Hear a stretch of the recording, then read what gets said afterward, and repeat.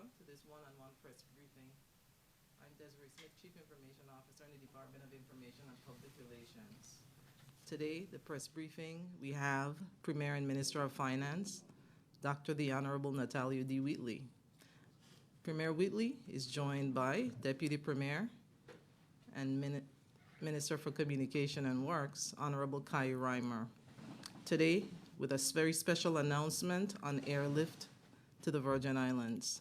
So without further delay, we'll turn our attention to the Premier with this special topic of Airlift to the Virgin Islands. Good morning, Desiree. Good morning to our media colleagues here, staff of GIS, and the people of the Virgin Islands. I certainly acknowledge the Deputy Premier and Minister of Communications and Works.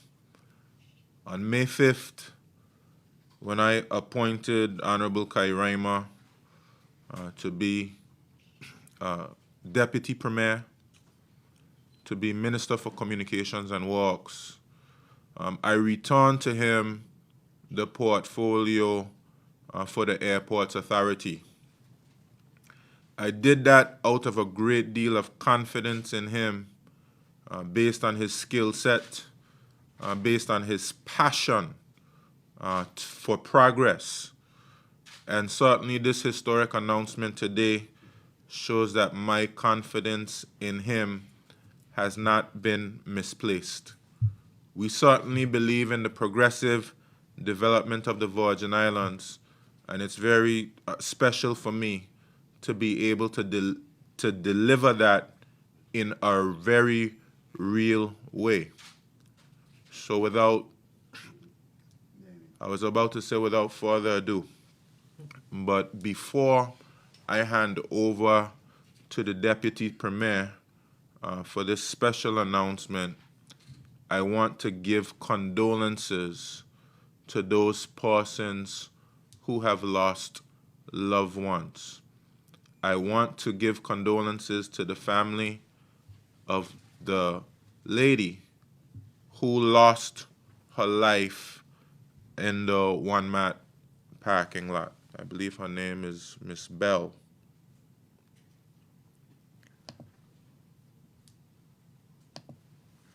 Yes, Miss Brenda Bell. I want to offer condolences to her family and her friends in that tragic accident. I also want to offer condolences to the family and friends of those persons who drowned off of the North Drop. I certainly want to express sincere condolences. Also, of course, recently we attended the funeral of tourism icon Mrs. Maria Dawson, and as tourism minister, again, I send condolences to her family and her friends. Certainly we've been going through a number of tragedies over the last few weeks and months, and my thoughts and prayers are with the people of the Virgin Islands at this time. I also want to acknowledge the very successful Lobster Fest that we had just over the weekend, as well as our food fair and our Fungi Fest. Without further ado, I pass to the Deputy Premier. Thank you, Premier. Good morning to all present and to all the beautiful people of the Virgin Islands. During the budget address on Tuesday, the Honorable Premier indicated that in a matter of days, the public could expect a major announcement with respect to airlifts to the Virgin Islands. Well, the Premier is a man of his word, and I am thankful for him placing the confidence in me to appointing me Minister for the Airports, and I thank him for his kind words.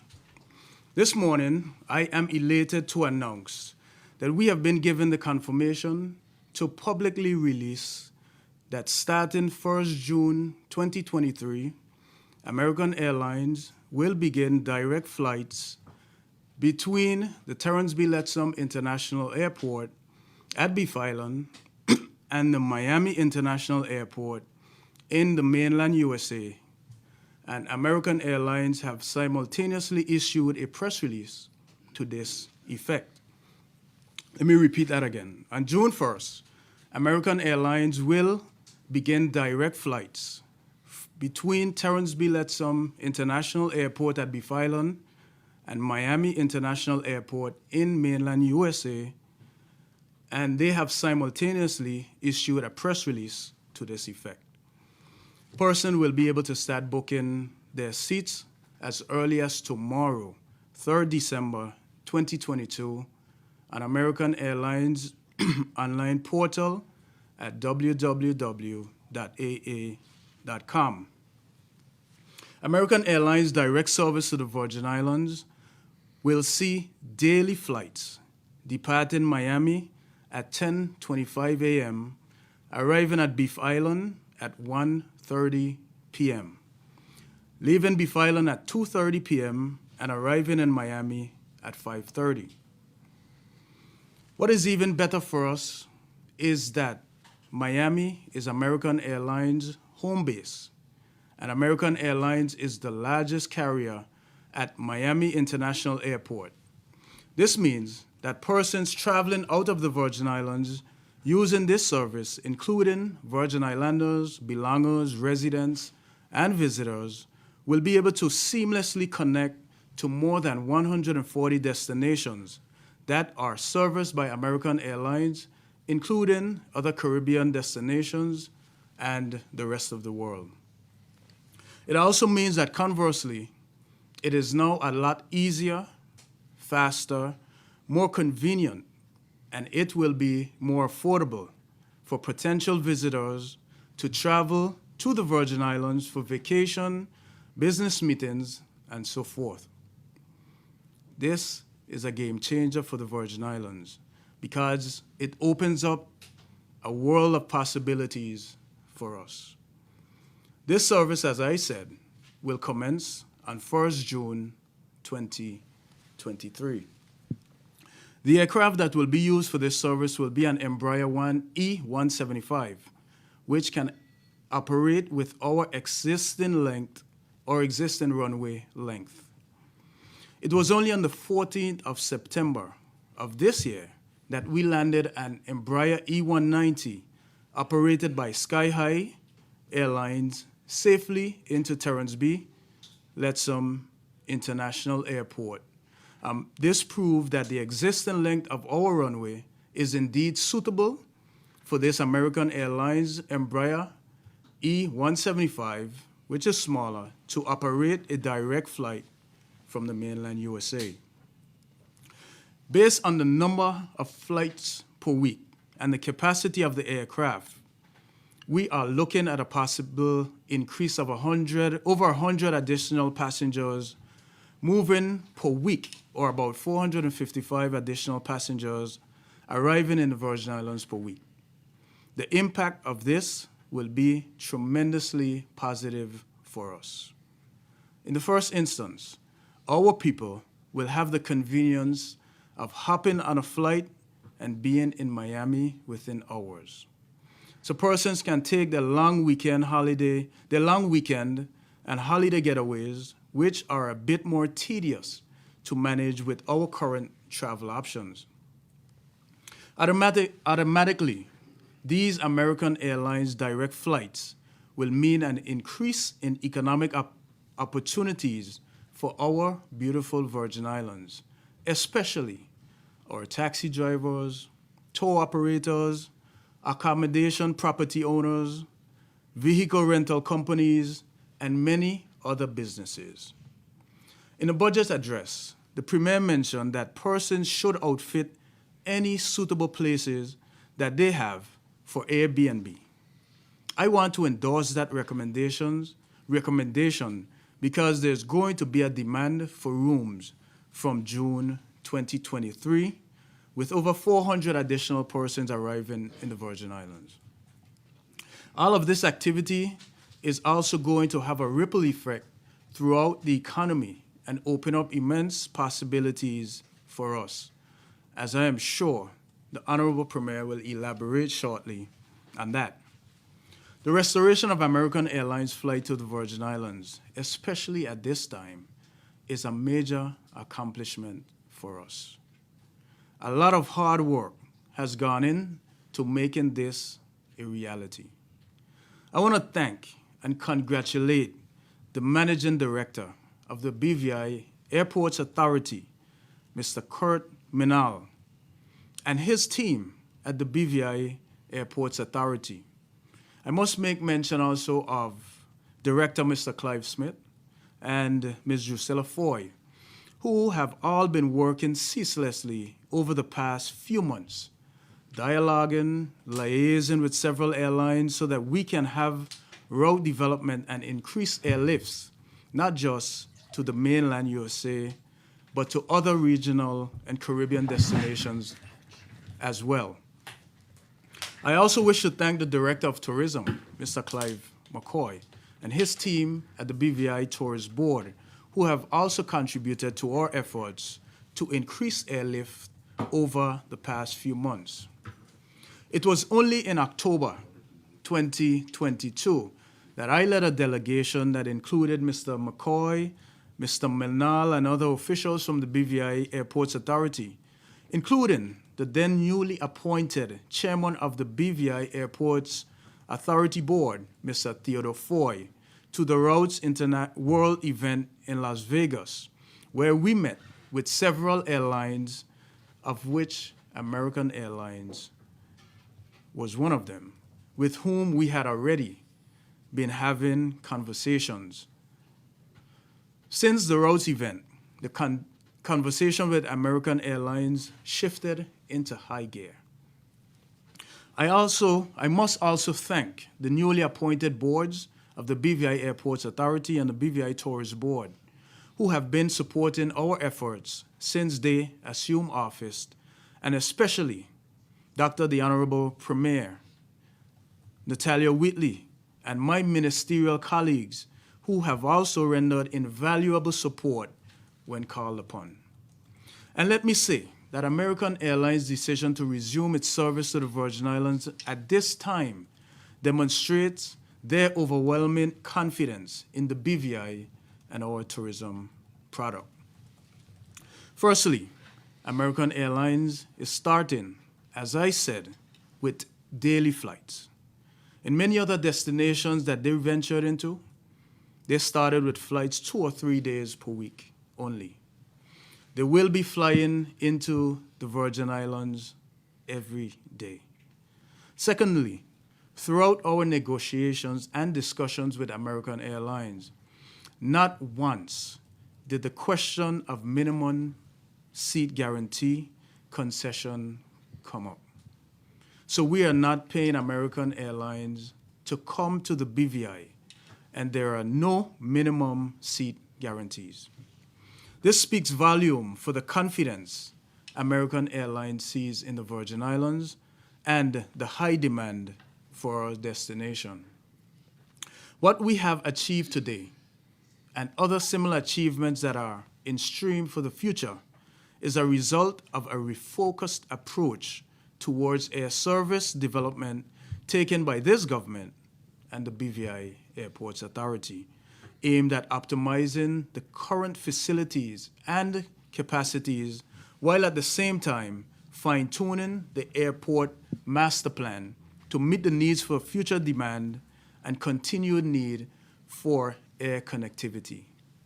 We are working with what we have, generating more business, generating more revenue, while we put things in place for expansion. I'm excited for us to have direct flights to the United States by American Airlines, for us to be connected to their network of 140 plus destinations, and for the economic growth that is milestone achievement that will spur for the benefit of our people and our Virgin Islands. I thank you. We thank you, Honorable Deputy Premier. Thank you, Desiree.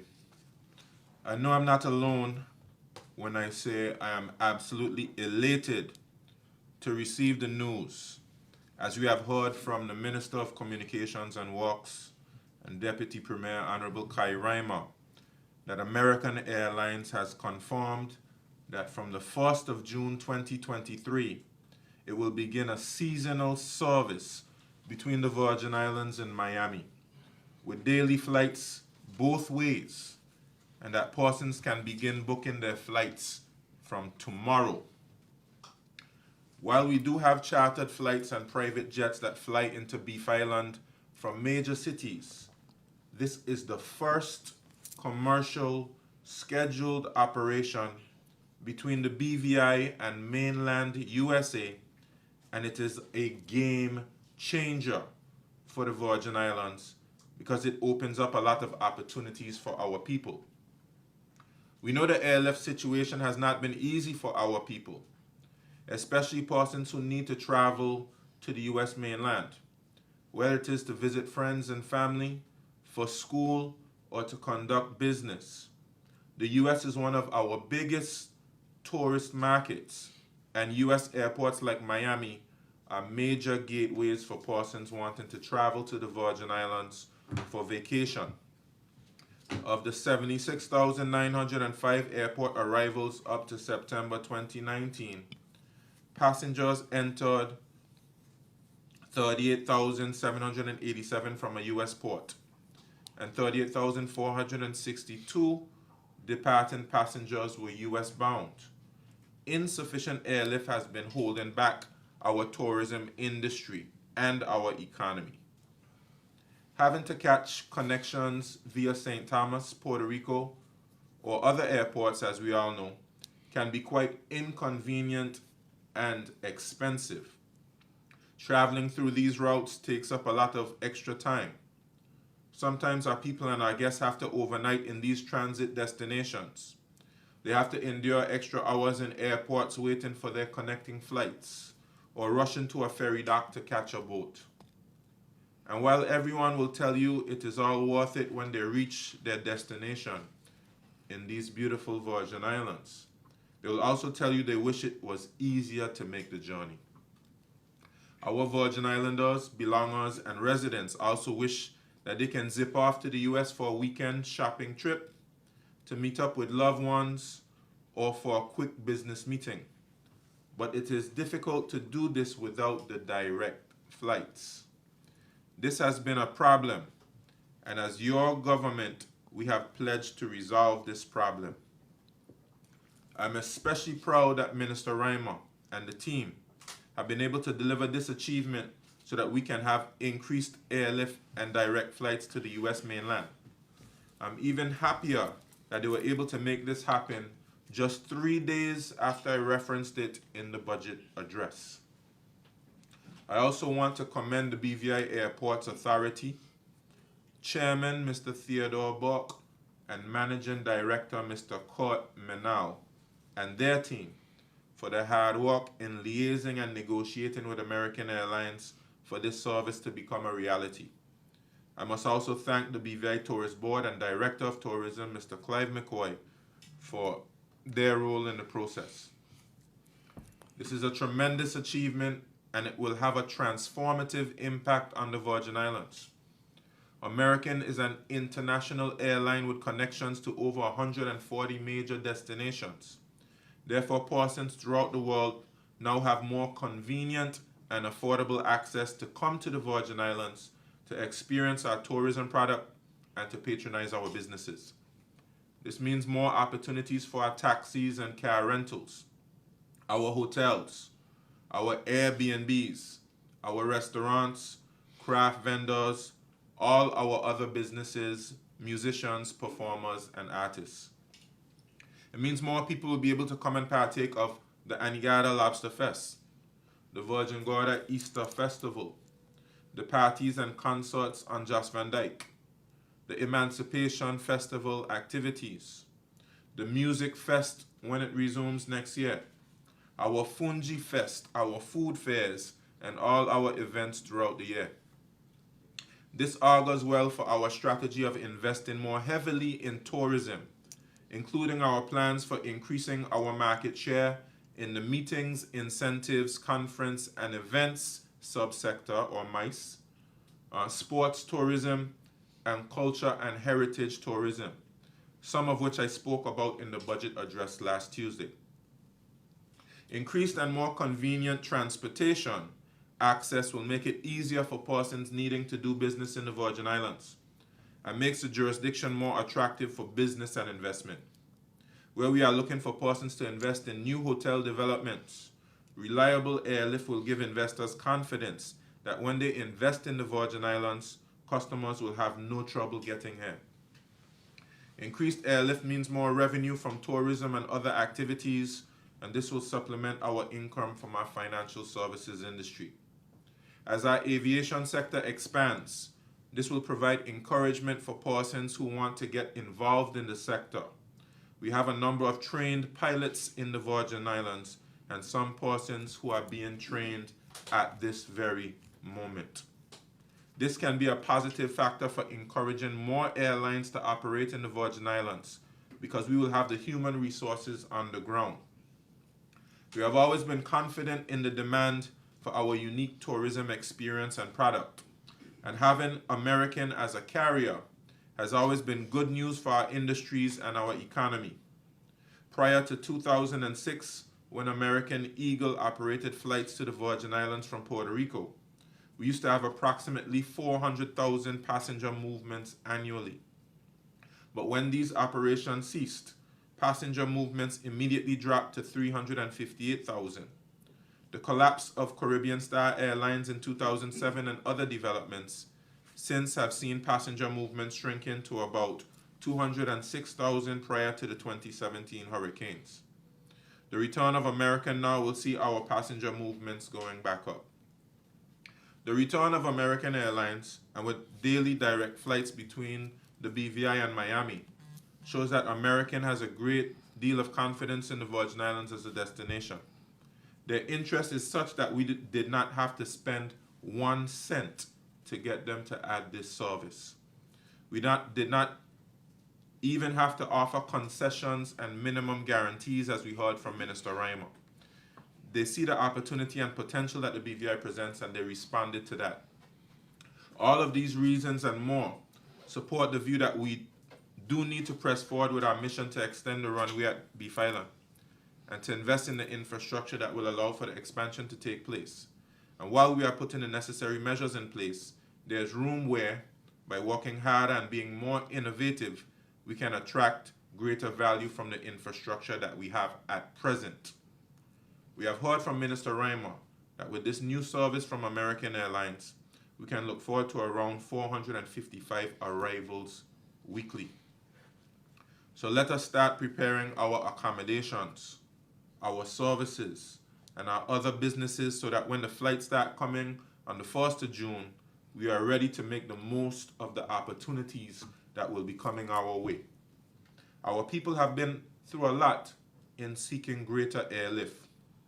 We remember the BVI Airways debacle, where we have no flights, no money, and no planes. I'm extremely pleased that the Deputy Premier has delivered, the Deputy Premier and his team has delivered daily flights, the appropriate planes, at no cost to the taxpayer. It is a new day in the Virgin Islands.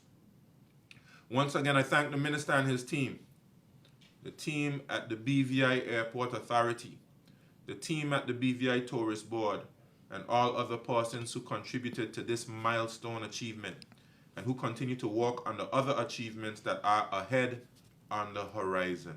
I thank you. And we thank you, Premier, and you also, Deputy Premier, for this very important and special announcement. We want to acknowledge the presence of the Minister for Natural Resources and Labor, Honorable Melvin Mitch Turnbull, in studio. And we want to advise that the Managing Director for the BVI Airports Authority, Mr. Kurt Manal, is here as technical support on the subject matter. So with that in mind, we'll turn our attention to the question and answer segment, where the media will be having an opportunity to ask questions based on the topic presented today. It was a very pointed topic, so we want to make sure we get the most out of the technical experience in the room. So We invite you to ask your questions, state your name and the organization that you represent. Thank you very much.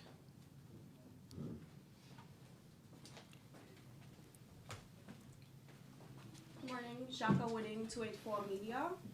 With the anticipation of increased arrivals.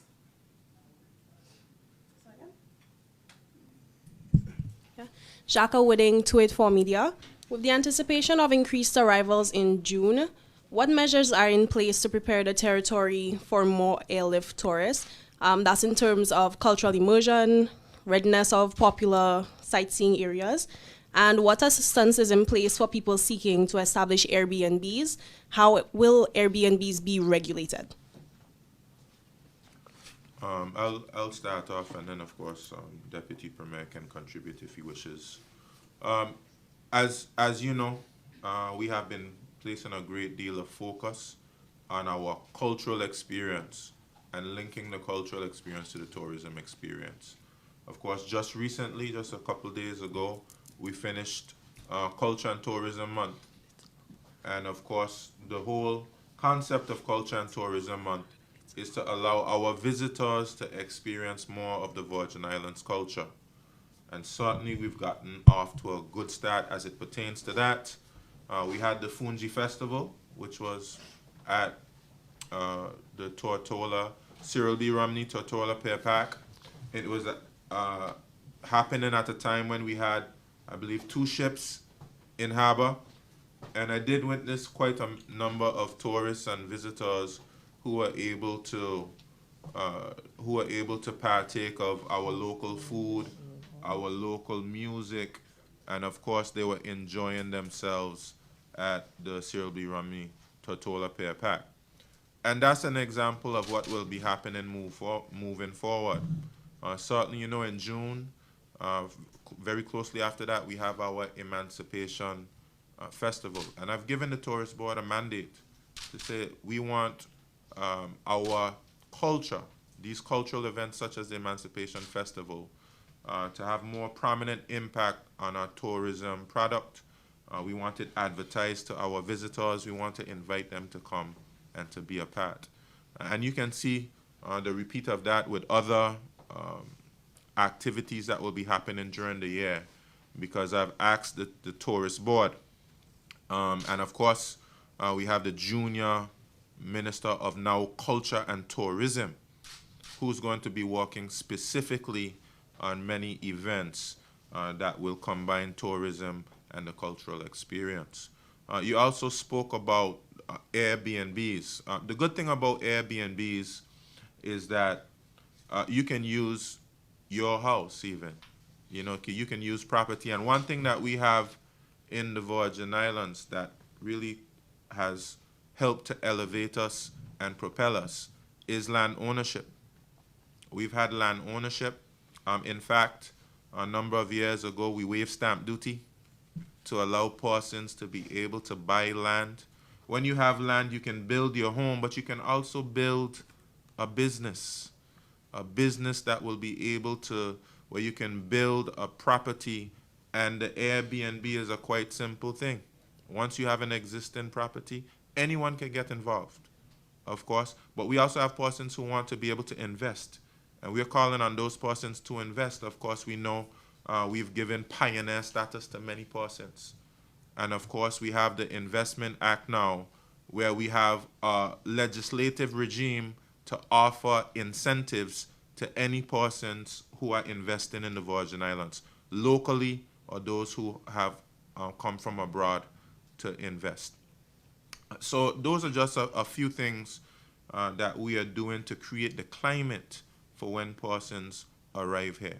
But the private sector also has, and our people also have a responsibility to do your part so that when the tourists come, you're ready to be able to provide services to them.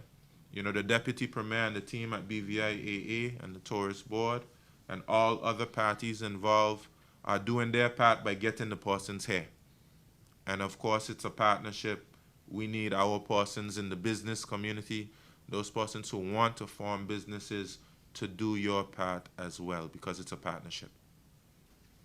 I thank you. I too want to add because I know you asked about the tourist experience. So I think the MD for the airports could elaborate on the work that we are planning to do in terms of the arrivals. And I know the premier, he should be signing a MOU sometime coming soon for us to have our immigration process streamlined so it could be a bit more seamless. And I embrace more technology when it comes to the any passenger arrival.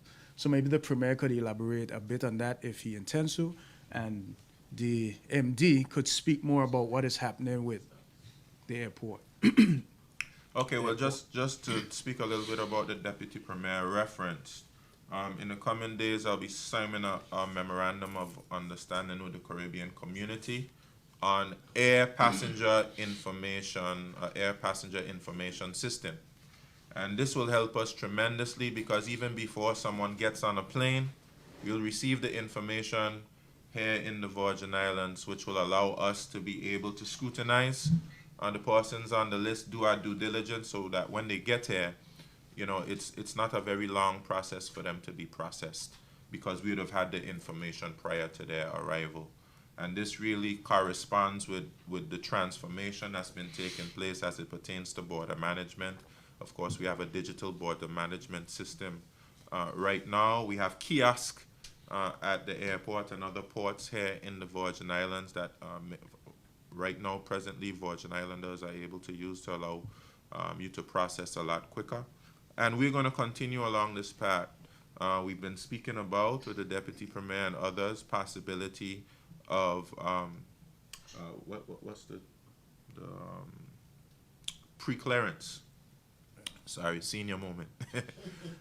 Pre-clearance. We've been speaking about the possibility of pre-clearance just to make it easier when you fly up to Miami. You may have the possibility of just walking off the plane as opposed to standing up in long lines. So all of these things are things we're working on behalf of the people of the Virgin Islands.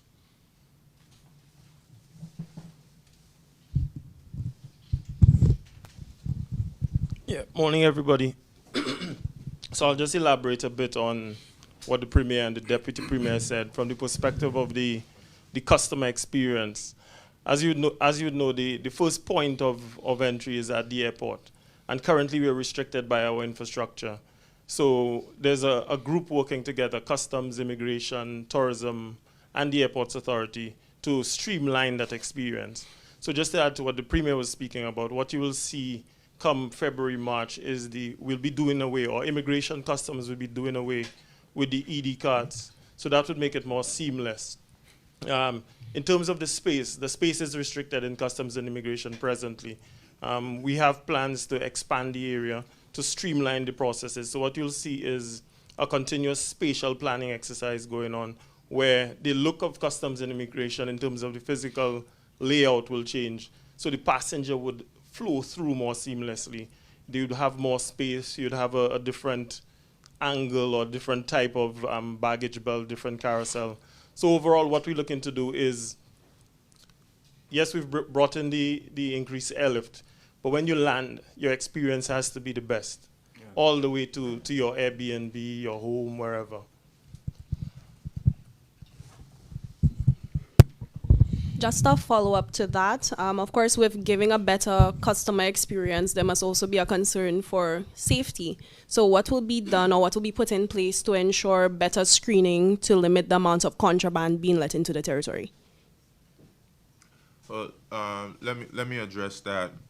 This is part of why we have the air passenger information system. There's a aspect of that deals with security, but I'm sure the director as well can speak about security at the airport. But certainly from an immigration standpoint, the sharing of information certainly will go a long way as it pertains to protecting our borders. It's something that we're quite focused on. And I believe we've actually been having a great deal of success in that area. But I'll hand to the director if he wants to speak about anything to do with security at the airport itself. But we also must acknowledge Customs, BVI Customs. They have been the ones securing the ports upon entry, and I think they have been doing a good job at that. Also beefing up the the checks. So I acknowledge them for their work that they have been doing also. Well, apart from the fact that aviation and airports is a highly regulated industry, so we are duty bound to have certain things in place. What happened recently, about 3 or 4 months ago, there was an MOU signed, Customs, Immigration, Airports Authority, and Police. We've become collectively responsible for securing the borders, whether it be the airports or the ports. So there's constant coordination with regard to that. Yes. So I don't know if you know the motto of the Airports Authority, safety is our #1 priority. So we actually think about safety before we think about business. Because if it's not safe, you cannot make money, you cannot move the passengers through seamlessly. So I think it's the aspect, in that aspect, we are most confident. Okay, and finally from me, during his statement, the Premier did mention it being a more affordable way to access the territory. What, if anything, can you tell us right now in regards to pricing of the flights? I can't tell you anything about the price at the moment. Once you go on to American Airlines tomorrow, I presume you'll see what the rate would be based on your date of travel. I know when I asked the question myself, they told me that it would be an affordable flight, and I took their word for it. They also compared it to the rates for Anguilla. So we can use Anguilla as a benchmark to compare what the rates would be. And if I could say as well, and I'm not sure if the director can contribute to this as well, and just help persons understand what really goes into the price of a particular flight and how eliminating a leg of a flight can help decrease costs. For instance, of course, the flight into Puerto Rico and from Puerto Rico to the BVI, I'm told is quite expensive. It adds quite a deal of expense. You have, of course, taxes every time you land at a particular airport. You have other factors that will contribute to the cost. So perhaps maybe the director can speak to what exactly goes into the price of a ticket and how cutting out a leg of a journey can decrease the cost. Actually, the Premier just explained it. But what I will add is that the appeal of direct flight between the BVI and the US is, well, one of the major appeals is convenience. So now you get to go directly to Miami and then connect beyond. You don't have the inconvenience of going on a ferry or going to Puerto Rico or Antigua or wherever else people go to. Now you could come to Beef Island, you jump on a plane, and you go directly to Miami. Yeah, and just to say as well, and I did mention this in my speech, sometimes persons lose the days in terms of being able to do their visit. So I believe Deputy Premier Parsons will be flying from Miami at what time is it? At 10:25. 10:25 in the morning, flying from Miami? Yes. So that would be arriving in the BVI, around 12 o'clock. No, 1:30. 1:30. Forgive my maths. I was never good at maths in high school. And Premier, let me state too that in discussions with American, they thought it would be the best time for them to travel because most of their regional travel or the interstate travel arrive in time for you to catch a flight to come to the BVI. Even their red-eye flights from the West Coast and even those that are landing in Miami from the international markets.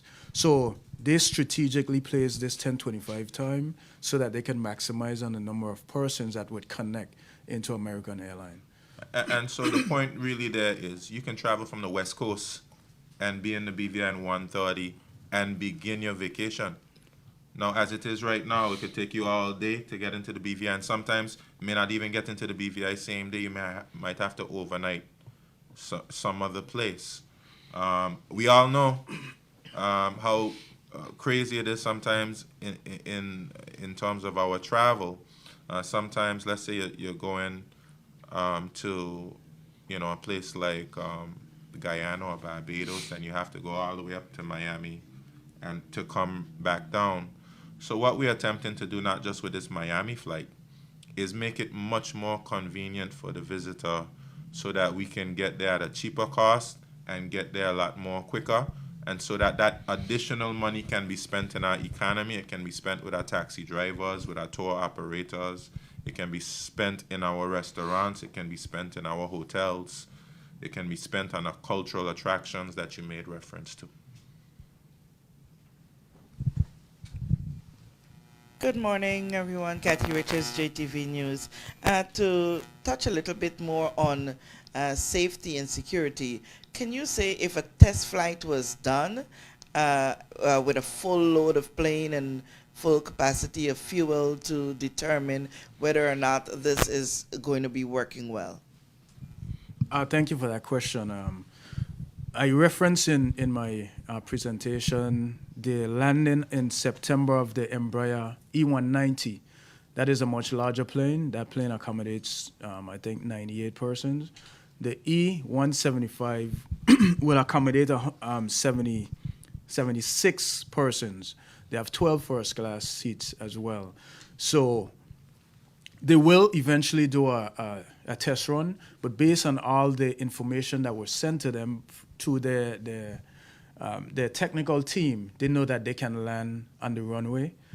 They may not be able to leave with a full load, but it depends on the weight, the time of the day. Well, not time of the day, but the weather and so forth. So that would base on what is happening at that time. But safely, American Airlines would not agree to come to the BVI unless they know it would be safe.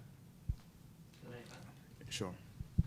Yeah, I would just want to add that the technology nowadays is such that there's no need to do a test flight, as you call it, with full load, full fuel and all of that. So at the base in Dallas, I believe, they're able to put in the technical specifications and all the variables and determine that they would be able to operate safely. And what we found out in our interaction with them is that they had been running the numbers for 2 years in terms of coming to the BVI. So they know, for example, that they will be able to land with full load 76, but however, they will be restricted with 60, I believe. And that has to do with the amount of fuel they would have to carry going out. Another question to you, Mr. Manal, as well. For too long, we've been hearing that increase in airlift hinged greatly on the expansion of the runway. And what we're seeing now, there are larger planes coming to the territory without that expansion taking place just yet.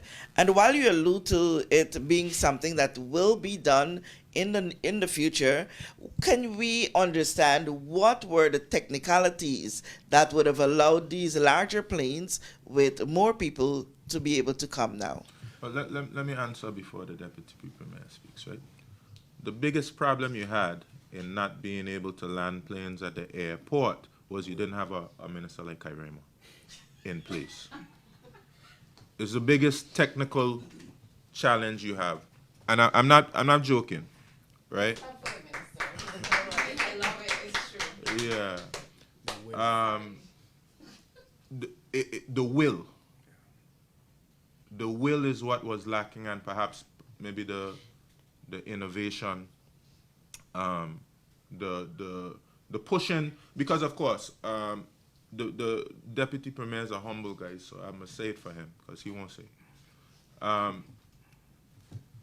it. They didn't happen easily. The driving force behind it was Honorable Kairema pushing and not taking no for an answer. When he got an obstacle in one area, he said, let's try this. He refused to accept defeat. And he kept pushing until he got it done. Because, we've been speaking about this for a few months, right?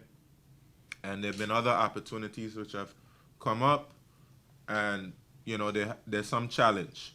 And the minister just wouldn't accept no for an answer. He kept pushing until he got it done. And so it's something that could have happened before. It's just a matter of getting the right equipment and getting the right relationships. Speaking to the people who had the equipment to make it happen. And of course, we know here in the Virgin Islands, it's a prime destination. But all our passengers have to come here through other means. But it makes good business sense to present them with a route directly. And I would have to reference as well the routes. Conference. Minister, I don't think we ever attended routes before, right? No, we have. We have attended routes before. But the minister was very clear about attending this routes conference, which is like the air version of sea trade. And sometimes persons see you taking these trips and they think you're just going on a trip and you just want a weekend away from the Virgin Islands or something like that. But when we go to these trips, it's to deliver the goods for the people of the Virgin Islands. And the minister delivered, and we have to give him credit. Thank you, Premier. I don't even know what to add to that, but there are other planes that can land. I think the MD would also state, I think we can land up to a Boeing 737. Based on the time. Yeah. So there are other planes that I understand that can land in the territory, but like the Premier said, we just have to reach out, let them know that the BVI is open for this opportunity where planes can land. And also I acknowledge the MD as well, because, you know, when the Premier appointed me the minister and we had our sit down with the MD and we explained what is going to happen, we knew that we want to see more passengers in our airport. We also know that we will eventually expand the airport runway, but we also thought about what about the planes that can land? And we strategically set forth to go and look at these different planes. And this is the result of that in terms of where we are today. So I can't go without acknowledging the MD and the entire team at the BVI Airports Authority and also the Premier for the vision of placing airports with the Ministry of Communications and Works. I mean, with the airports portfolio with the ministry.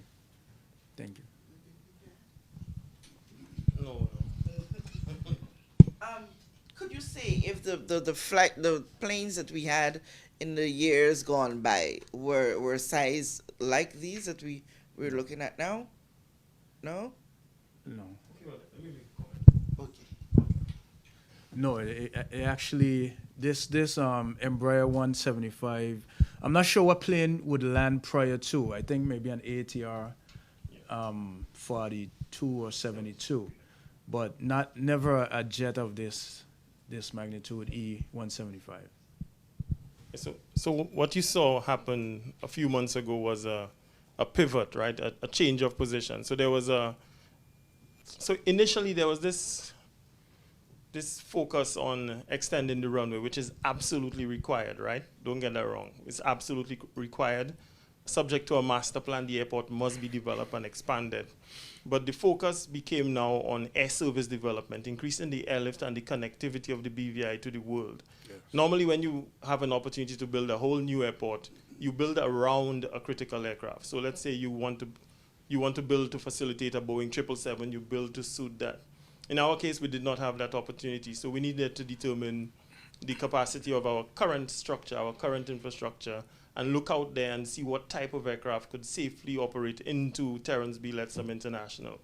We determined that Envoy is a wholly owned subsidiary of American Airlines.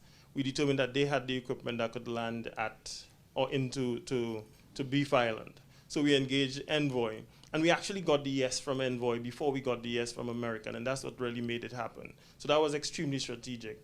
So it's not that it could have or could not have happened before. It was just a pivot in about May or June, and then the strategic focus changed. And a team came together from the Airports Authority, the ministries, the tourist board, everybody, and we put our heads together to make this happen. Leadership.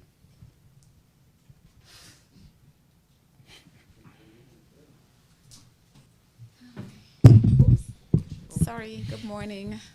I was hoping to sit like Kathy and get the mic, but I guess not. Let me get my, I'm smiling because sorry. Please.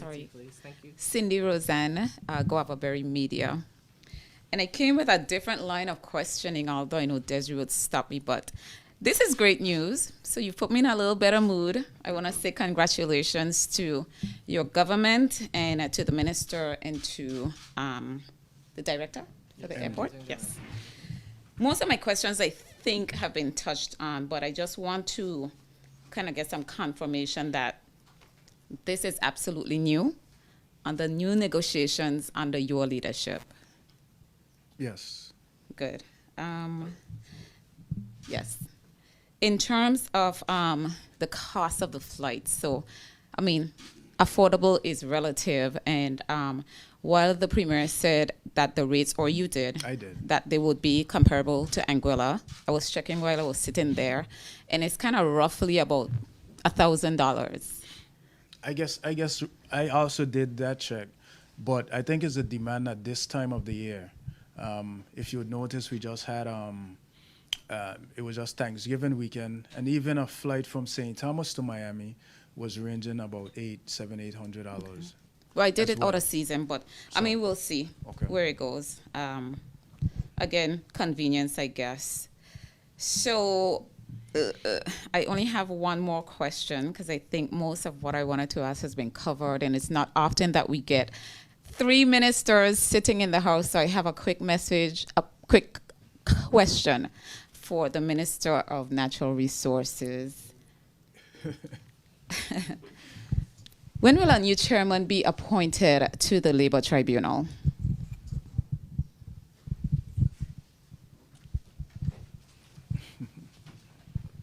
Minister, you're not here in the capacity, however, it's your choice to. Not a problem at all. I'm here to do the job of the people. So I also want to take the time to congratulate the Premier and the Minister for Communication and Works for this ginormous announcement, which will be tremendous for the people of the BVI. I echo the sentiments of the Premier that leadership matters, and the aggressive approach of the Minister of Communication and Works, Honorable Kairima, is what got us to this place and this position. The Labor Tribunal has gone through, I think the commissioner for the tribunal post came to an end at the end of July. Advertisements have gone out, applications have been received, so it is now going through the process to be able to have that position filled. I want to be able to express my sincere apologies to those persons that have cases that have been waited to be heard before the Labor Tribunal. But we have some issues that we're going to regulate, that we're regulating now through the budgetary process, because one of the things that I met when coming in as a minister is the amount of work that the commissioner and his team carries out based on the stipend that they're getting. So all the applications that we receive, there's a negotiating factor going on in terms of the stipends that they're asking for based on the workload that is being carried out. So before, I was hope and say by January, hopefully once the interview process and the appointments happen, we should have a new chairman in place with the budget to support that entire operation.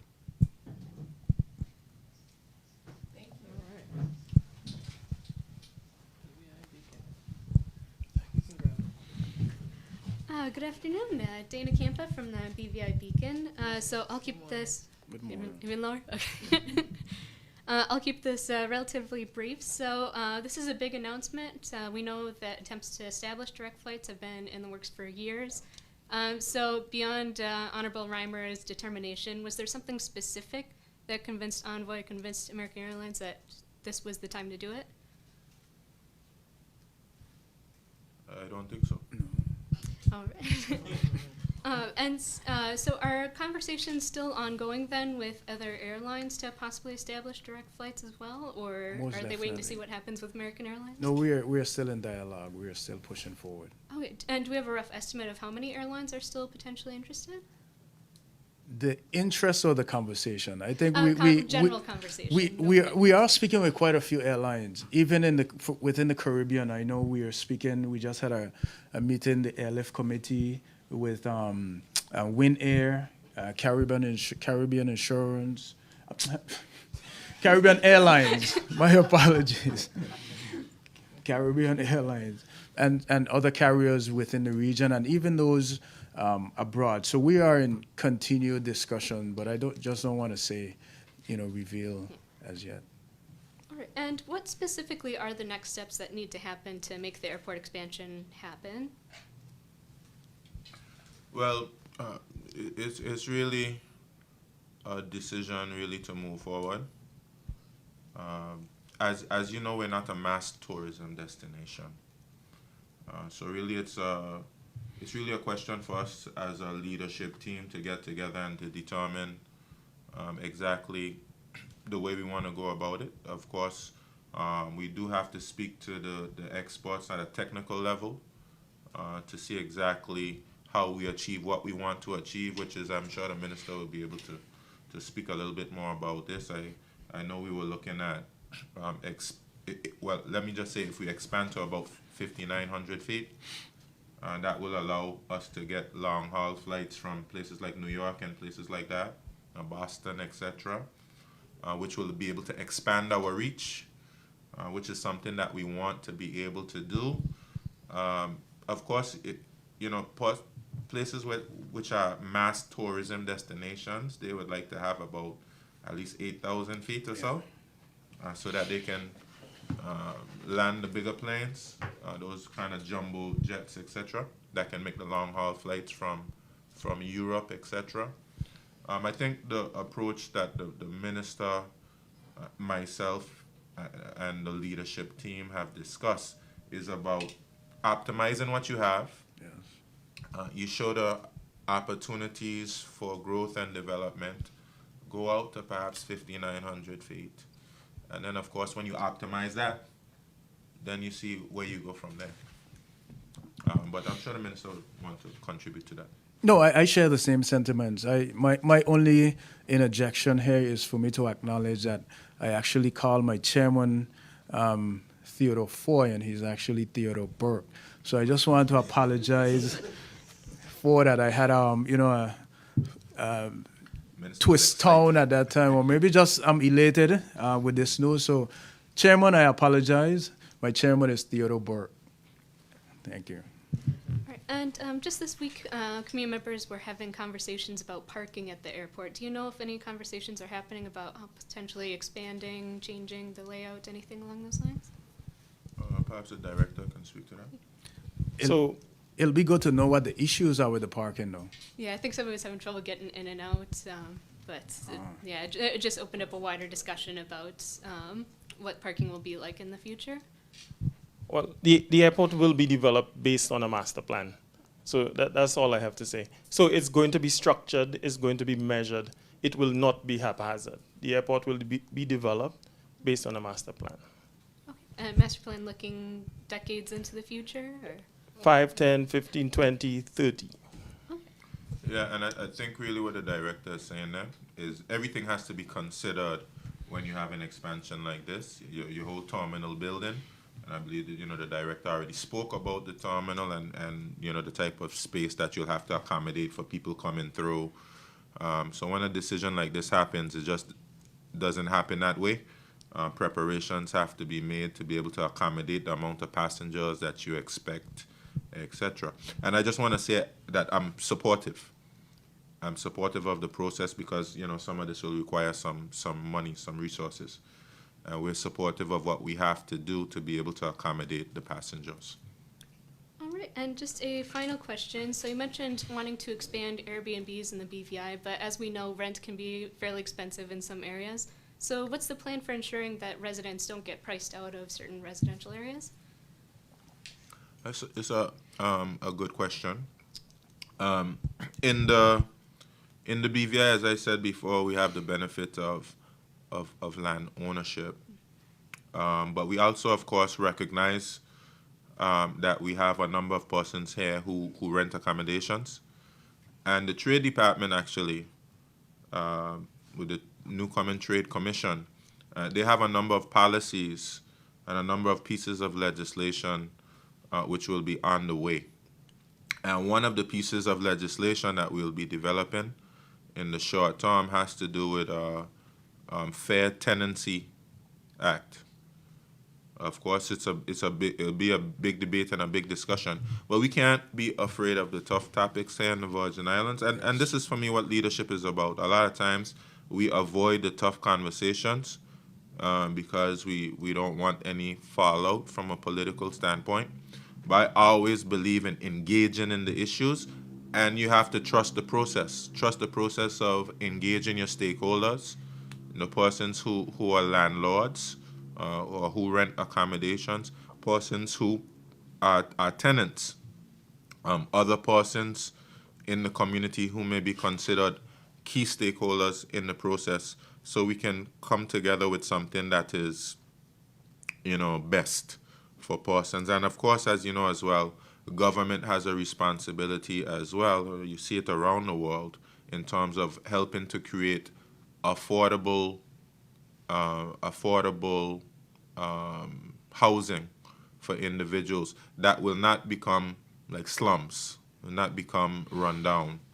And we have quite a number of persons. I was just speaking to a gentleman about 2 days ago who's trying to build and speaking about how expensive it is to build a home in the BVI. And those are things that we have to tackle. We have to tackle affordable housing.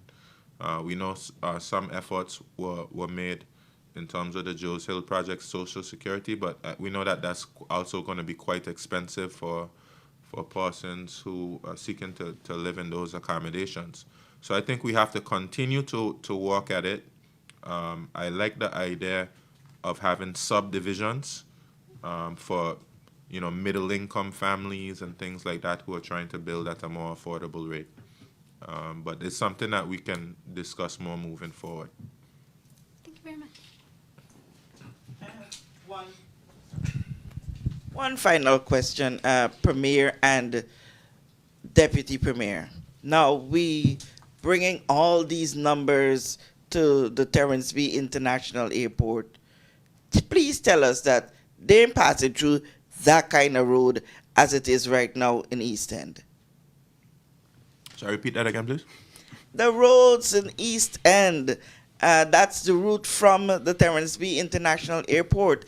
It's deplorable. How soon will this be fixed? We cannot be attracting more tourism and not taking care of our infrastructure. Well, I announced during the budget speech that from Parakeeta Bay to Fatags Bay is going to be going out to tender soon. So will it be fixed before the 1st of June? That's a goal. I'm pushing them hard. It's not easy in government. I know Deputy Premier can tell you, just like he had to push in this decision, we have to push, and keep pushing. We're going to tender it. We're going to make the money available. We're going to borrow what we have to borrow to get it done. And we're going to demand nothing less than that. We know that the process right now is quite, what's the word? Cumbersome. It's cumbersome, it's onerous, it's time consuming. And, we can't function like that. So we have to streamline the process as much as possible while maintaining transparency, while seeking value for money, and having an accountable process. As you know as well, we have also, I just spoke about to Parakeeta, to Fatags Bay, but we want to continue all the way up to Palm Town and even beyond that. I just want to make that very clear. We just have to be able to coordinate with some of the works that's presently taking place as it pertains to sewage works. I think I need to also add to what the Premier is saying. And in terms of our road infrastructure, this is just not Eastern area. And I could speak to the minister, the representative for the 8th, because he's always on my back in terms of his roads. And I think it was just yesterday we did some patching in the area to make sure that the road was a bit more passable. So maybe when you drive there, I'm hoping that they completed it. Once you drive there, it will be a bit more passable. But like the Premier said, we have drawings from Trellis Bay, actually all the way to Parakeeta Bay. We have drawings throughout the territory. And we just need to put the money, have the will to get it done. for years, roads have been an issue. We've been seeing a lot of rain over the past few months. But, I feel bad. I feel bad knowing that the roads are in this state. I'm responsible for the roads. I think the Premier feels bad too because I go and I ask him for the money. He's now committed to getting a loan, and just from Trellis Bay to Paraquita Bay, I think the cost would be over $10 million. And we see we saw the road in Fish Bay, that short stretch of road, it cost us over $2 million. So it's not a cheap thing to do, but we have to get it done. I know persons travel throughout the rest of even the Caribbean. I know someone came back from, I think, Dominica the other day. But when you look at the investment they have been making, I know they had up to nearly $300 million just for road infrastructure. So, we have just been chipping away at our roads, and we need to be serious about it. And I know the Premier, and just like the persistence we had with getting this airline to come, I have it with the roads, and I want to get them done. I'm not just neglecting them or thinking that is okay. I travel as well, and I want to make sure that we travel on nice roads. So that is something that the Premier, I've been asking him, and he's committed to it.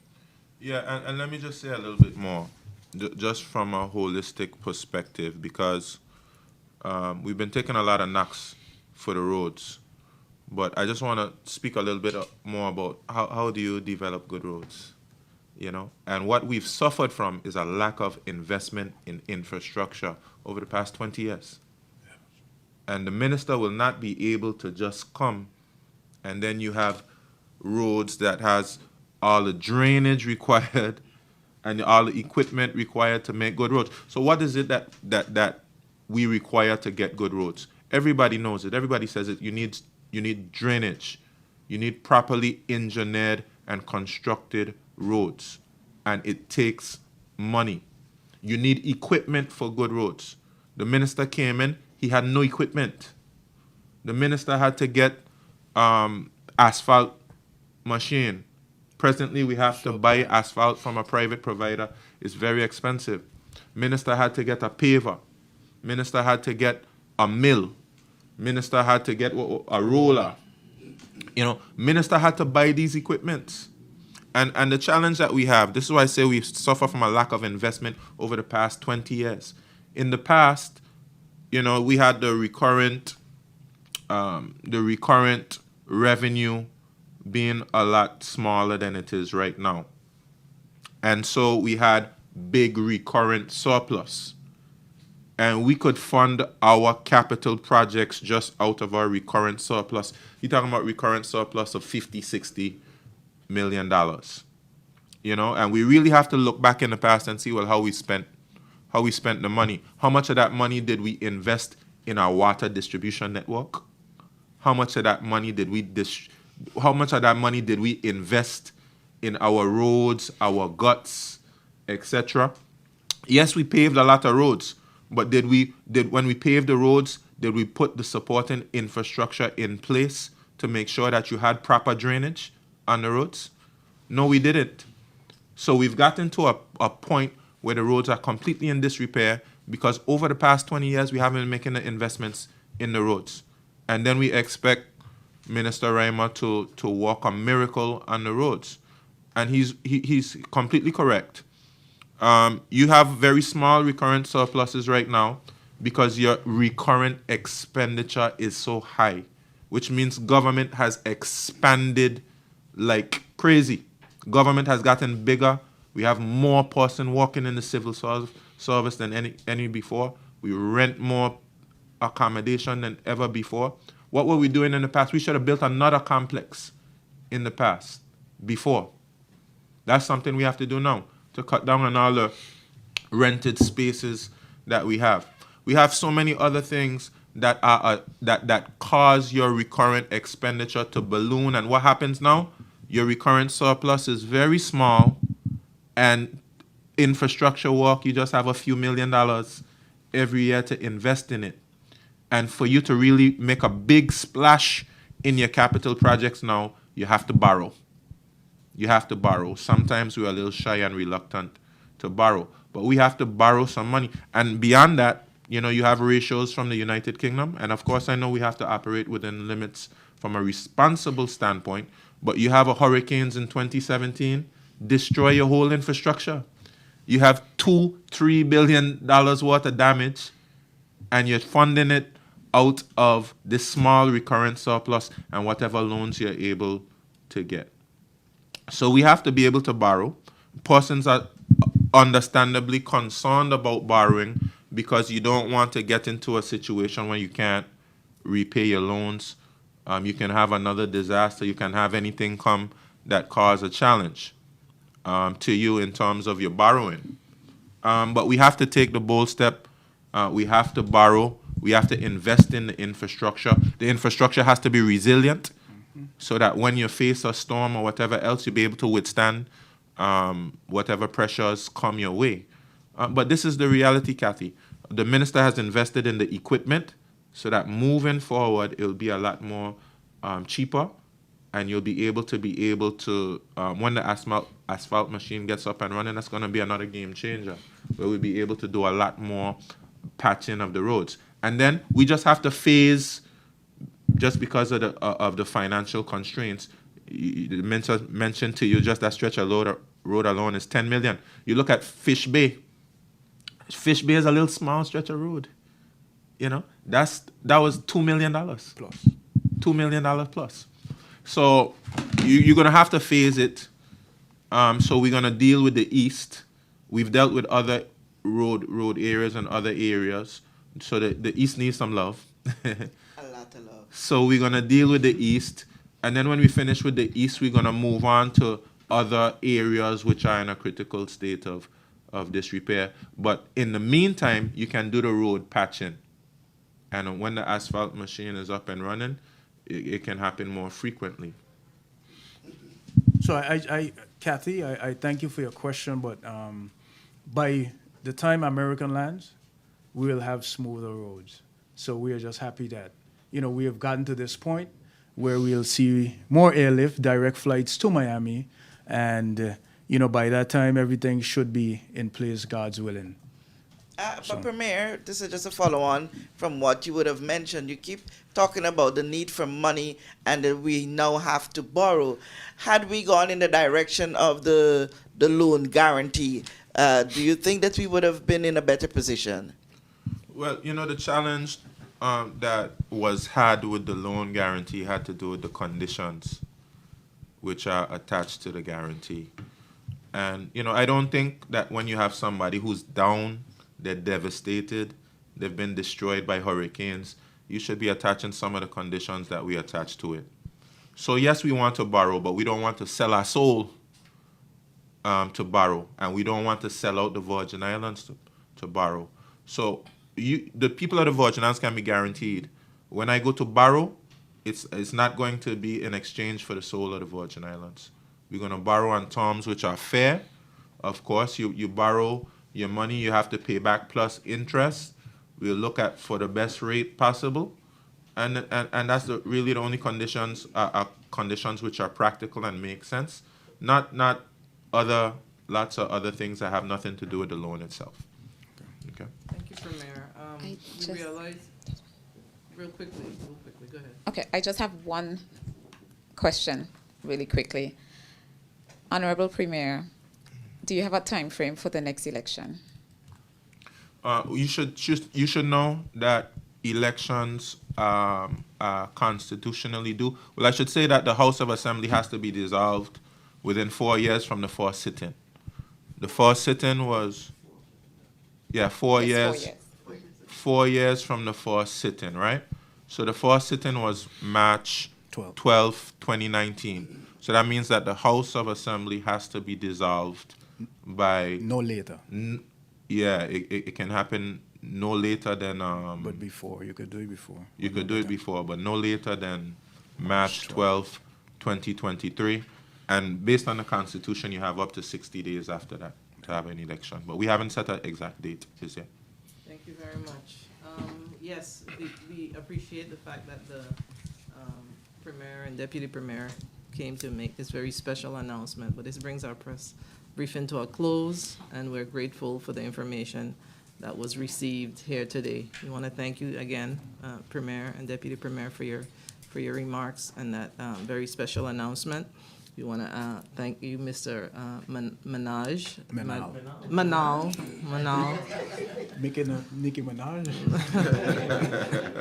Mr. Manal, Mr. Kurt Manal, Managing Director of the BVI Airports Authority, and we just also want to acknowledge our Honorable Minister for Natural Resources and Labor, Honorable Turnbull, for his presence here today in support. And we thank you, the media, for your attendance and questions, and you, the audience, for tuning in and giving us your support every time. For all your accurate and timely information for government, please visit our website, bvi.gov.vg. Like us and follow us on Facebook at GIS at BVI Government, and on Instagram at GIS BVI. This is Desiree Smith, Chief Information Officer in Department of Information and Public Relations. Thank you very much for joining us.